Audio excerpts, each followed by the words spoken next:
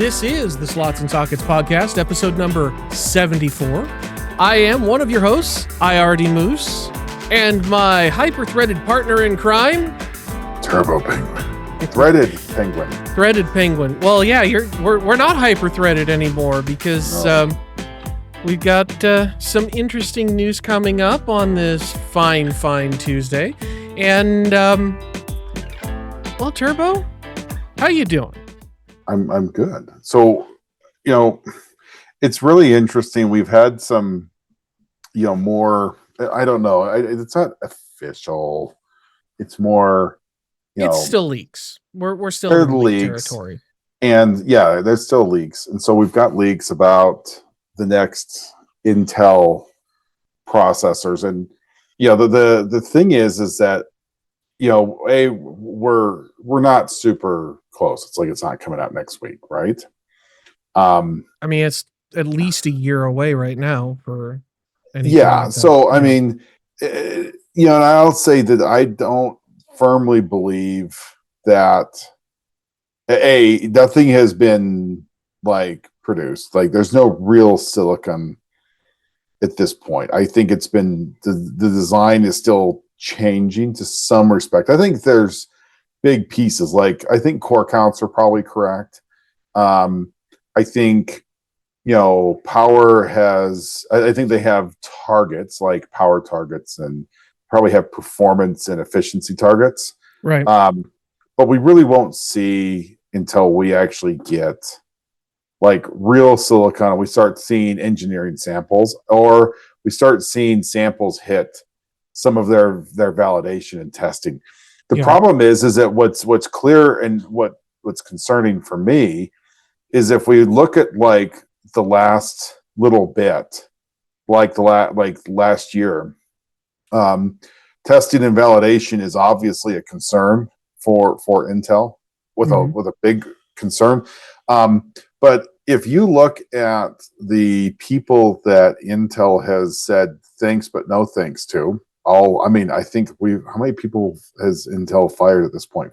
45,000 plus? It's somewhere around there. It's a big number. This year they fired a lot of people. And some of these are middle management. There's a lot of validation, a lot of designers, a lot of manufacturing positions that they have gotten rid of. Yeah. And so, that's concerning. When you have to make something, you still have to have staff. Now, maybe these are redundancies, so I'll give you that. Possibly. But it's concerning. It's very concerning. Yep. Because, the notion, and I firmly believe, if you understand, I think if you understand how Intel works, you start to see it, when you go to an Intel campus, okay, you have two types of people who are there. Okay. You have Intel employees, and they're called blue badges because their badges are blue. Okay. And then you have third-party contractors. Now, don't ask me why. It's got to be a price thing because Intel doesn't want to pay direct, but I don't understand why they would not. But Intel has two sides. And what's interesting is that we talk about employee count and how, holy crap, how many people have they let go? People need to also realize that Intel has been and continues to rely on a large support staff of non-Intel employees that work alongside or under blue badges. I was one of them. Yep. And so it's very interesting. We know we've lost a lot of employees. Right. But one thing we have not, that it hasn't been and won't be reported, is either the lack of contracts, the reduction in contracts, or the straight up elimination of some of these people that they were contracting out for, and the jobs that they were doing and not being replaced. So you used to work there and you worked in the validation side. I was doing, I was working on the power stuff specifically.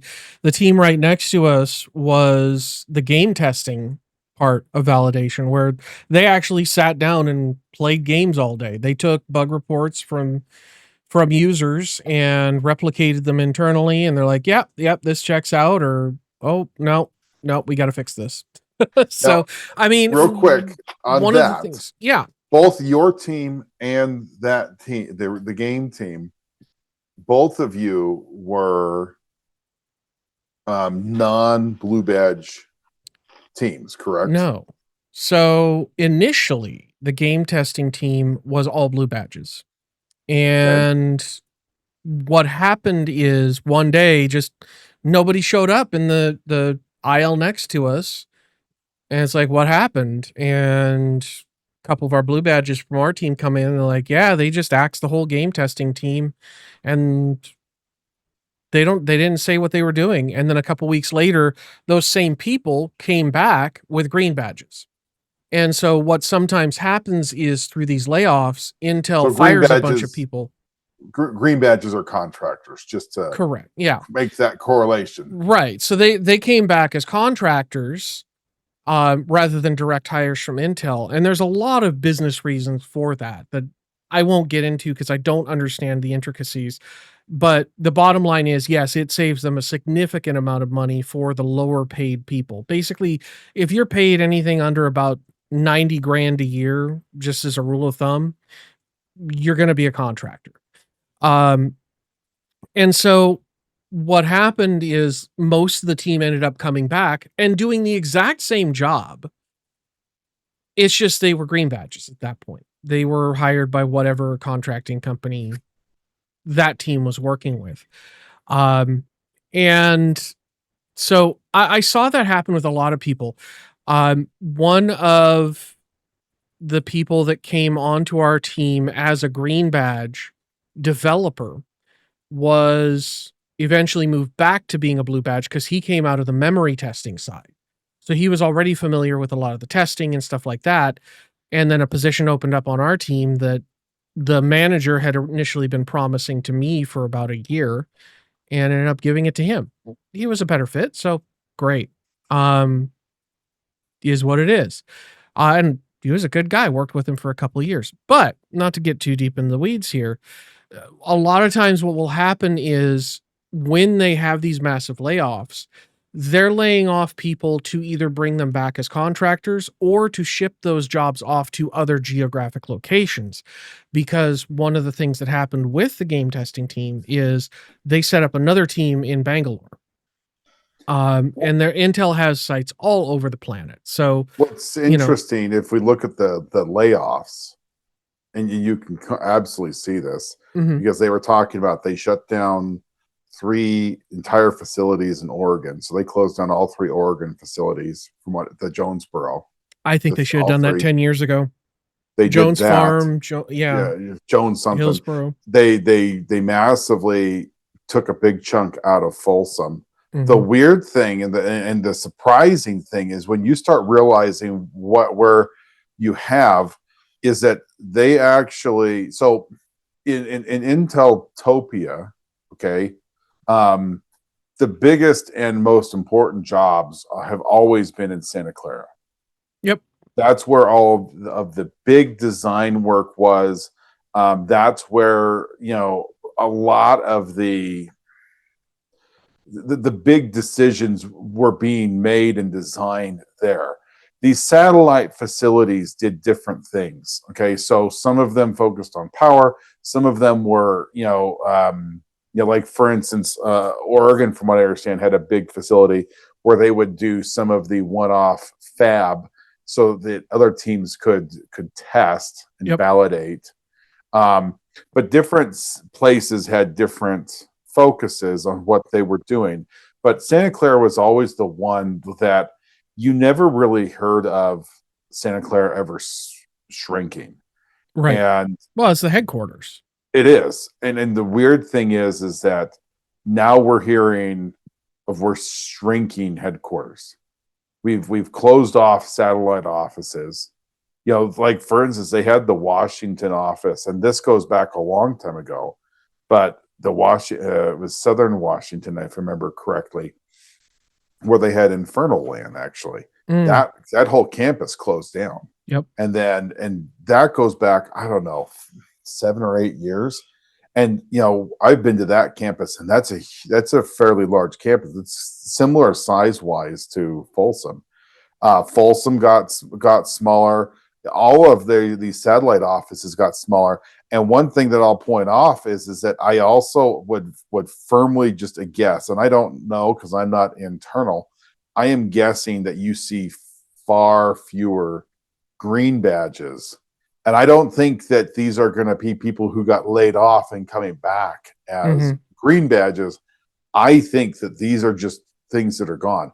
And the concerning piece that I have here is that we really had some questions on 13th and 14th gen that some of these that these processes were there. We had failures in a core component piece, and that they didn't catch this during the validation piece. That's a huge concern. A huge concern. Now we have the newer Core Ultra processors, the current gen, and it's like they've had to just neuter the crap out of that just to get it so that it won't break itself. Now you've got a whole nother architecture. I mean, the honest truth is that Core Ultra was just from a performance and from a gaming perspective, it's a bad generation. It's just bad. Well, yeah, and the thing is, 13th and 14th gen, if they had been doing things and the way the team I worked for did, then they would have had a chance to catch that, assuming that it wasn't just the motherboard manufacturers at fault. Because one of the things that our team manufacturers at all. That's the thing. No, I know. Yeah, I know. I know. It was the it was Intel. Intel was pushing too much voltage on the ring bus. And the team I was on, if it still exists or existed, likely would have caught that internally with at least one of the machines. Because one of the things we did is we had an entire desk filled with machines on a big ass KVM that all they did was loop benchmarks 24 hours a day, 7 days a week. And if they ever crashed or anything happened that was a problem, we would log it, we would investigate it. And if it was a problem with the graphics driver, we would report it. And I mean, just imagine how much work running Furmark and Prime 95 on a Haswell would have been at the same time with just the Intel graphics. Like, it's struggling to run, and it's going to run hot because all we were allowed to use was the stock Intel heatsink. And so if you're doing that in the lab, which based on what we saw with 13th and 14th gen, I kind of doubt, they would have caught it. They would have known about it, and they would have been like, hey guys, we got a problem. We need to fix this. At least internally. Internally they would have known. And see, the thing is that would have thrown enough people for a loop if internally they're like, hey, this is a problem. Because I get it from a business perspective. They say, you know what? We don't think that's going to actually break all that often. Yeah. It's an extreme situation. But internally, you would have had people that would have said, hey, there's a problem, something along this. It's their Ford Pinto moment. And the issue that we have, and the reason why we're talking about Intel is because the leaks that we're starting to see, and they're starting to say, oh, it's looking positive. I can get that it looks positive. I think for Intel employees, the people who may be leaking, and I would say there's not a lot of Intel loyalty in there right now, but I would just throw caution to the wind on the leaks. I don't doubt that people are saying these things, but I would say, these are theoretical things of what we expect to see. Right. Theoretically, 13th and 14th gen were great processors until they nuked themselves. Right. Yeah. Theoretically, Core Ultra is a great processor if you didn't have to GIMP it so it didn't nuke itself. Right. And so All I have to say is that on paper, yes, these could be good. Yeah. Now, But Core Ultra 400, we're not, that's two generations out. We're on the 200s right now. 300, we can kind of guess is coming September, October this year. And so Core Ultra 400, more than likely, they're not going to have actual physical silicon until maybe end of the month to early October. But yeah, it's a it is still rumor on the Core Ultra 400 stuff, but I wouldn't say it's promising. I would say it looks interesting because one of the things that they've done from the 300 and 400 is they're eliminating hyperthreading, which is a smart move, I think, because hyperthreading effectively splits your core performance in half, your IPC in half. And in some scenarios, you actually could get significantly more performance by not having hyperthreading going.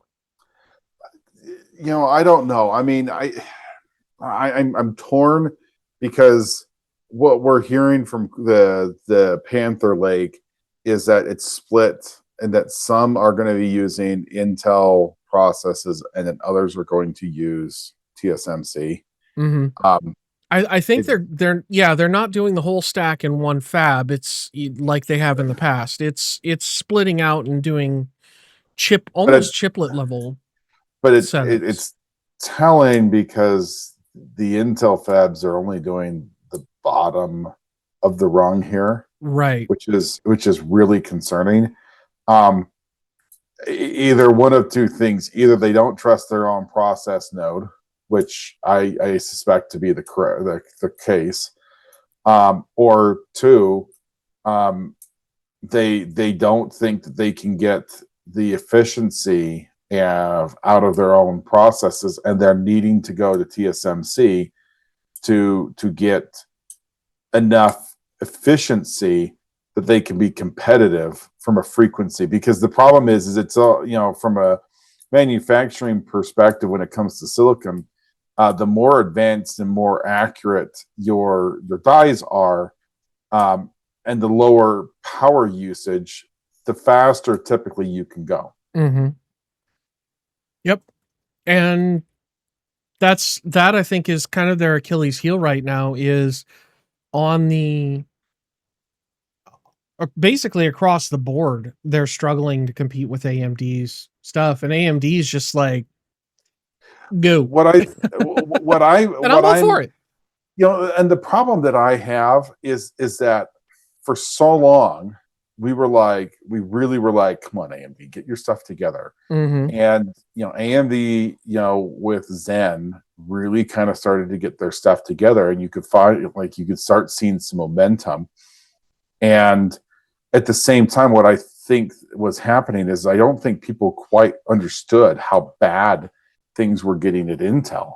Mm-hmm. And by the time it was like hell in a handbasket on a rocket ship, AMD was like, cooking on the front burner and really making really good stuff. Yeah. In the meantime, Intel legitimately was absolutely imploding. We hadn't seen it yet, but we absolutely did. And my problem is I look at what, if we look at the past and we look at where AMD was was horrible. They were bulldozing for about a decade. Yeah. For about a decade. I mean, bulldozer sums it up in one word. Yeah. I just don't think that there's no way that I think Intel, I mean, the CEO came out and said it's going to be the turnaround of all turnarounds, and it's going to be one that's going to be studied in business. Mm-hmm. You know what? I would be love to be proven wrong, but I hope he's right. I hope he's right, but I do not think that that's going to be anywhere close, because let's be honest, they need to just kill it, because if they don't, they're absolutely screwed. Intel legitimately needs their own version of Zen to save the company, because that's what Zen was. Zen was AMD's Hail Mary, Yeah. because they were struggling Yep. so hard with Radeon, and that was keeping them afloat. But Bulldozer was just a boat anchor that was dragging them to the bottom of the ocean. And not only was Zen their Hail Mary, but it caught Intel completely with their pants down. And I suspect Zen hitting and blowing up like it did is what got Intel, because Well, Intel's the friggin' Titanic. I mean, It look, doesn't turn on a dime.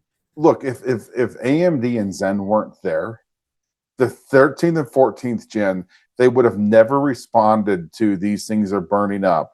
And they would have just kept on just replacing processors. I don't think they would have been burning up.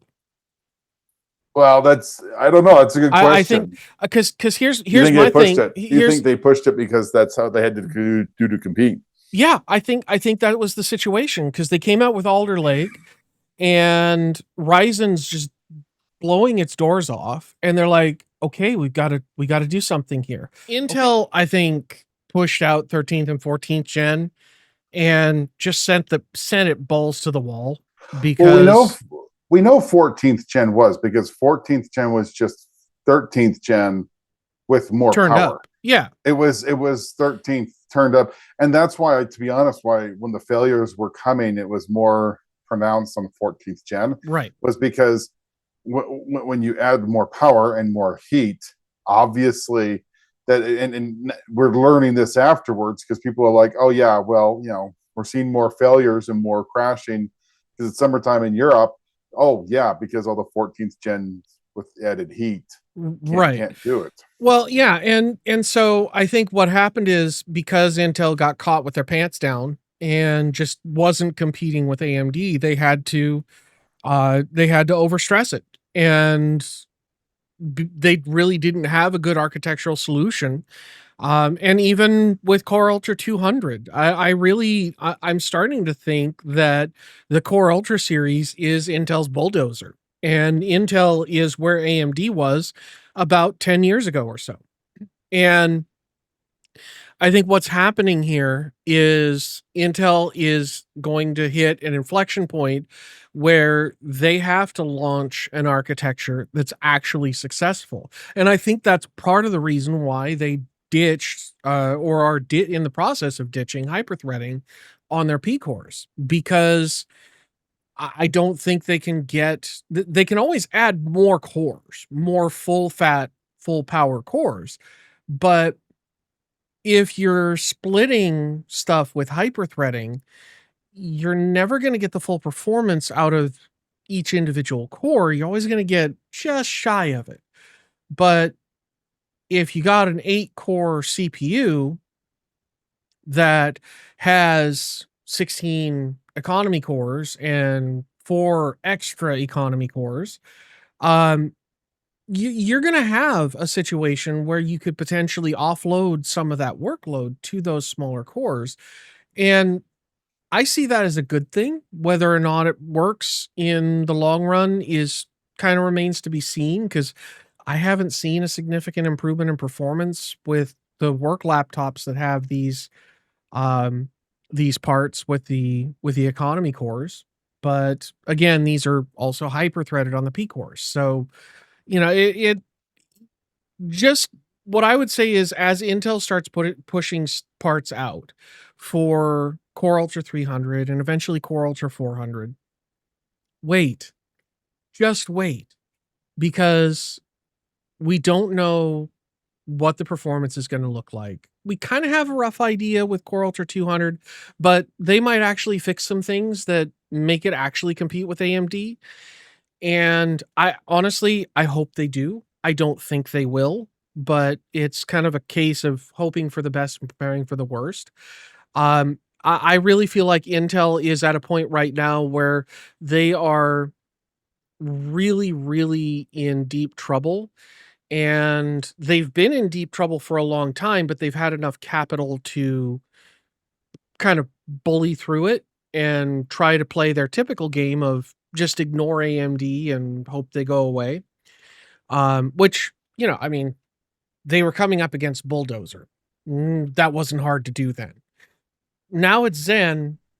They have no room to move. They have to beat AMD. And then the truth of the matter is that they're going up against a very advanced Zen that is looking really, really good. And so if you look at how all of this looks to shake out, the truth of the matter is that, if you asked gamers like, hey, from leaks, who do you trust leaks coming out of? I think it would be wildly clear that people trust leaks coming out of AMD, because the honest truth is that if we look over the last 5 or 6 years, the leaks coming out of AMD have been A, positive, but B, mostly underrated and over delivered. And we're hearing really good things coming out of AMD on the leak side. And if anything continues on those paths, it's going to continue to be good. I think the only downside that we had with any of this from the AMD side was the non-X3D. And I think that comes down to a marketing piece. I think they just plain out just did a poor job at releasing that. But the leaks about that were correct. IPC in 9000 series was an uptick. It's just the problem is that you were comparing the 7800 X3D to the non-X3D, and people are like, well, why would we do that? And it's like, again, it goes to how it was released, and I firmly believe that was just a poor, marketing piece from AMD's side. But I think this is also AMD learning how to be, from at least this last generation on Ryzen, how to actually be ahead more than anything else. And the hard part for this is that now if we look at this, we have to really think, can Intel play from behind? I don't think they know how. I that's why I say what I say. I don't think they know how either. And I don't think, because I think part of the problem that we have with Intel, and I'm being dead serious, I don't think that as big as they are, they can grasp that they're really behind. Yeah. I think now they sort of do. But I think at the beginning, people were like, oh, well, our next generation will be better. I think people are starting to now question, like, maybe this one isn't good. And I think the problem is that unless they can pull, like, multiple rabbits out of their butt, Intel might be in a really, really bad position. Because let's be honest, they've, in the news, from a financial perspective, they've sold off key parts, money-making parts of all of their businesses. They've split things up. They've sold off ownership in a bunch of things, and they've sold off things that people outside vendors really rely on, like networking, communications. And the problem that we have here is that nobody is lining up to use their fab facilities. Nope. And their largest customer themselves has decided not to use them for the majority of what we expect to be the next round of fab facility. Yep. If nobody makes the stuff, nobody wants to use it. Intel Fab, and we thought about this, like, well, who would buy Intel Fab? At this point, I don't know if anybody would. Well, what I think would probably happen is TSMC would probably acquire it and rework the fabs, because the facility's already built, the equipment's already in place, and if TSMC, who's bringing operations onshore in the U.S., bought them, then I think that would make a lot of sense for them. But and would possibly, it? Because like in Arizona, where they're building a new facility, TSMC is building a facility right next door. Yeah. And so it's like, why would we? We're already halfway through building this. I don't think TSMC would, because then they sit there and say, great, I've got a facility that's half baked. Obviously, it's not put together the correct way. I just question if they. I don't know. I really don't know. Yeah, I don't think it's a facilities issue so much as it's Intel over time suffering brain drain because they do these rounds of layoffs, and I think they laid off the wrong people. And those people ended up going to work where? Oh yeah, TSMC, or Samsung, and working in fabs. And so what we've got here is the equipment's going to be the same, largely the same. It's all made by ASML, and so if TSMC bought Intel's fab in Chandler, then they could have two huge facilities in the US ready to churn out silicon by next year. And, there's a lot of validation they have to do and all that stuff. But, I think buying a fab would be a lot cheaper for them than building another one. And it's entirely possible that may be why Intel is trying to get it finished, even though there's no signs of plans that they're going to use it. Because everything I've looked at screams to me that they're literally building the building and getting things set up to sell it. Because nothing I see shows that Intel is looking at using that fab at all. So, it's kind of a weird situation. Like the only logical reason I can see that they are completing that fab is so that someone else like Samsung or TSMC or potentially even AMD could buy it. Because you're not getting what's necessarily causing the failures with Intel's fabs, which is Intel itself. You're getting the hardware that you already use anyway. And you just put your people in it that actually know how to make a CPU. And of course, I'm throwing shade. Intel can make a CPU, sure. It's the current few generations are not great. They have not shown improved, but there is a chance they still could. And we may end up seeing Intel do what AMD did 20 years ago.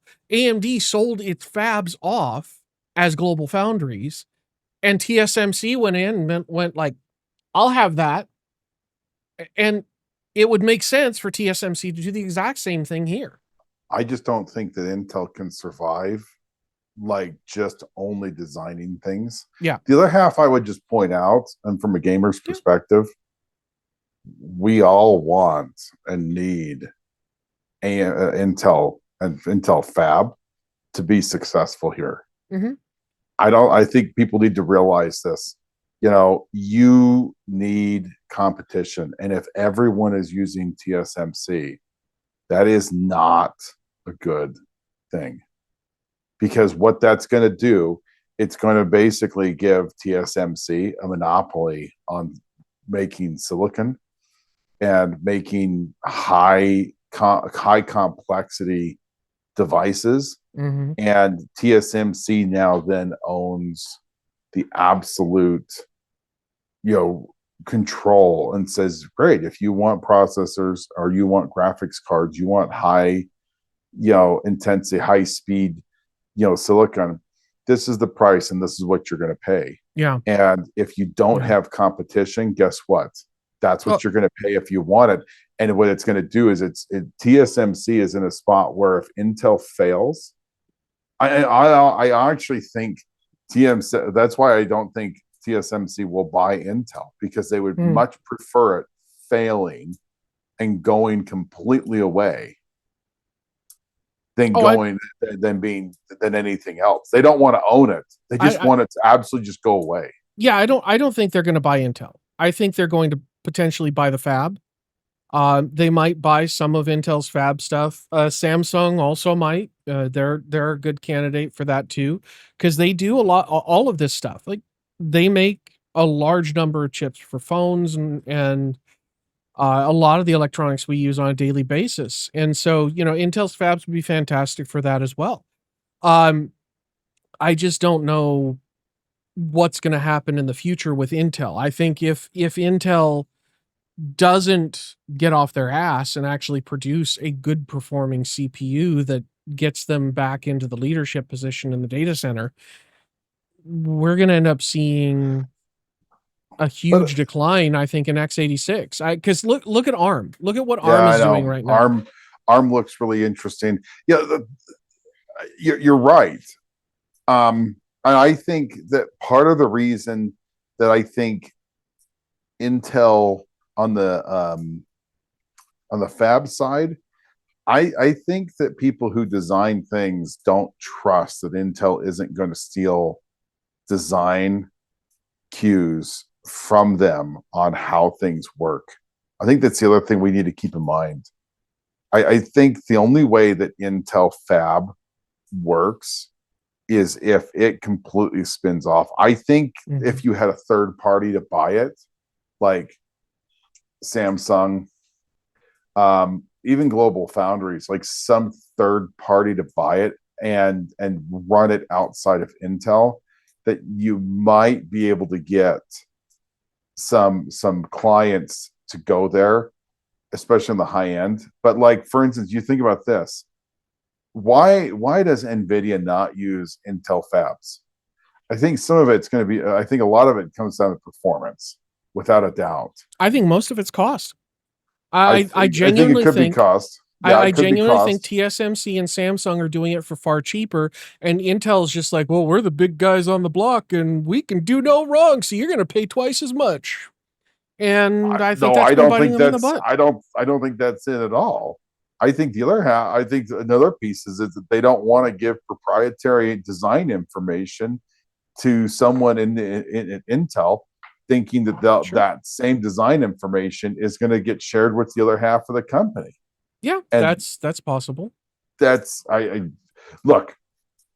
really think the next 9 months are going to be very, very interesting for Intel. The question, coming back to like Panther Lake, because if it does come off, it's going to have to be third quarter, obviously, if it comes out this year. Yeah. I'm not sold that it comes out this year. Yeah, I usually might see next year. Usually, Intel drops Q3, Q4 for their next gen CPU. We're August 12th, so if they're going to have something, and if they don't have silicon pushed out yet, they're going to have a hard time getting Q4 of this year. No, that's true. That's true. So if they haven't done this, they're either running it out the door, or two, and if they're running it out the door, I would say stay the flip away. Yep. Because if they're running it out the door, that tells me that they're cutting edges and they're trying to get something out to the market because they need to get something out before Zen 6, which, to be honest, I think Intel has to do, because the only way they're going to sell anything is if they have the next generation come. But even then, I think if it falls short, I just don't see it being wildly popular. But the other half of this is that they're going to have to make up so much money. I just don't see that they can realistically do that. Yeah. And I also think that AMD is well aware of what it is. I think AMD's the point where they can sit back and be like, that's fine. Yeah. You can have November if you really want to release something that quick. Go ahead. We're ready. Like I think that from AMD's side, I really think that they've kind of have Zen 6 finished. I think from a design perspective, it's ready to go. I wouldn't be surprised if they're actually testing initial steppings with silicon. Yeah. Yeah, I wouldn't put it past them. I mean, and if that's the case, that's not good for Intel, because the minute they release something, AMD can be like, oh, that's so nice. Oh, by the way, Zen 6 is coming out in 3 weeks. And by the way, 8-core, 125 watt. And oh, by the way, 10 to 15% IPC uplift, and oh, by the way, a 30% bump in core frequency. Yep. Because if you look at it, the rumors that we're seeing is that the next generation is going to be the Zen 5 with an IPC uplift. Okay, and let's say it's 10, which is on the smaller side of the range we're hearing. But let's say it's 10. Okay, that by itself is very nice. They're taking and they're pushing that all the way up to over 6.5, and in some of them, I think we will see 7 gigahertz core frequency boost frequencies. If that's the case, there's no way Intel has something that will come even close. Yeah, I don't think so. You know, we're looking at, I think 9800X 3D boost is 5.4. Mm-hmm. And if you're boosting at 5.4 and your new boost with everything the same goes from 5.4 to 7, mm-hmm. that in itself, just the frequency increase is going to be somewhere in the realm of, you know, what, 18 to 25%? Is that the correct number here? Somewhere around there. That's it's a 29% if it's a 1.6 gigahertz increase over the 5.4. And that's just if they go to 7 flat. That's go to 7 flat. So let's just be generous and say it's 25% increase. The thing is that what people need to realize is that if you can boost, even if it doesn't like stay clocked there, the notion that you could get, let's just scale it down and say a 20% boost just by going faster. And then you have to multiply that, oh, by the way, I'm now 10% more efficient in every clock that I do. And I'm going 20% faster than I was. Mm-hmm. The theoretical numbers are really surprisingly good. Yep. And the problem is I think that from my perspective, I actually believe everything that's coming out at this point, because they're moving into the TSMC 2X, the high speed 2 nanometer, mm-hmm. and you know there's rumors of CAM support. Yeah, so it looks really good. Yeah, Intel it might have a good product. Well, let me rephrase that.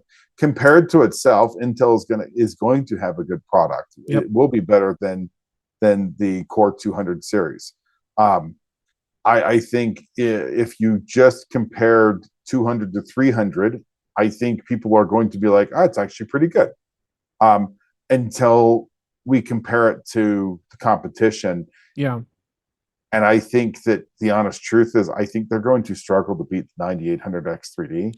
I think they're going to struggle to beat the 16 core, the 99X 3D. Mm-hmm. And that doesn't even go into the fact that AMD's sitting on the 10,000 series or whatever it's going to call next, because it has the ability just to spank them so bad. The way that we'll be able to tell if Intel crapped the bed on Core 300 or not is when and how they talk about AMD CPUs in their presentation. If they don't talk about AMD at all, guaranteed they crap the bed.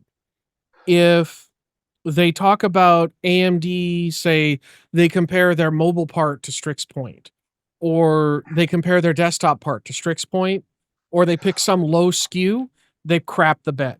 If they don't come out and say our part beats the 9800X 3D in this benchmark, and this benchmark by X%, they are screwed, at least for this generation. Or depending on how they phrase it, like, if you put a 52 core thread and you sit there and say, well, this is compared to the 9800X 3D and look at how much throughput we have. Mm-hmm. Well, yeah. Okay. The 9800X if they just talk about 3D, bandwidth. Yeah. If they just talk about bandwidth, but I mean, the Intel thing to do here is to sit there and take a really high core count and say, look at the absolute mass thing, and not talk about gaming. Yeah. Or when you talk about gaming, you're going to compare it to a non-X3D part. Or stuff that's horribly GPU bound. Yeah. I mean, so, but even then, I would say I wouldn't trust anything. And to be honest, I wouldn't trust any. I'm not trusting leaks that are coming out of Intel. I feel a little more warm and fuzzy on AMD leaks, only because in the past those leaks have been really good. And under promise and over deliver, which I think is huge. Okay. And Intel has over promised and underwhelmingly delivered. And that's, I think, the main concern that I have here is that if I look at the past, I expect the Core Ultra 300 series to absolutely crap itself. Yep. And I think that the next generation that we might actually see something. But let's be honest, these are products that were here when Gelsinger was there, put together and said, yeah, this is how we're kind of come back. And then you gutted these teams, and you gutted all of these engineers and fab facilities. The worst thing that could happen, in all honesty, is for Intel to release a product that has a problem like the 13th to 14th gen, where you actually have bad silicon again, or bad design. I actually don't think it was silicon with 13th and 14th gen. I think it was legitimately just piss poor design. And I think the design was fine. I think they were just pushing it harder than it was capable of handling. And they played the Ford game with the Pinto and said, we can handle a few failures. And it turned out to fail a heck of a lot more than they expected. Thankfully, nobody died, as far as I'm aware, unlike with the Pinto. But, I think that was entirely their calculus there of, well, yeah, we see these failing in the lab, but, 1 in 10 is failing in 6 months, and you're pushing them hard for 24/7. We'll just eat the RMA on that. And then it ended up being a lot worse. But yeah, I think on that bombshell, we will call it a show for this evening. Thank you all for giving us a little bit of your time. And do remember to jump down the doobly-doo down below and like and subscribe and leave some comments so that YouTube doesn't think you're a bot. Because they're doing that now. Not just to feed the algorithm, but to show you're not a bot. So we appreciate you giving us comments, and we do check them from time to time. So until next time, have fun storming the castle. Good night, everybody. Good night.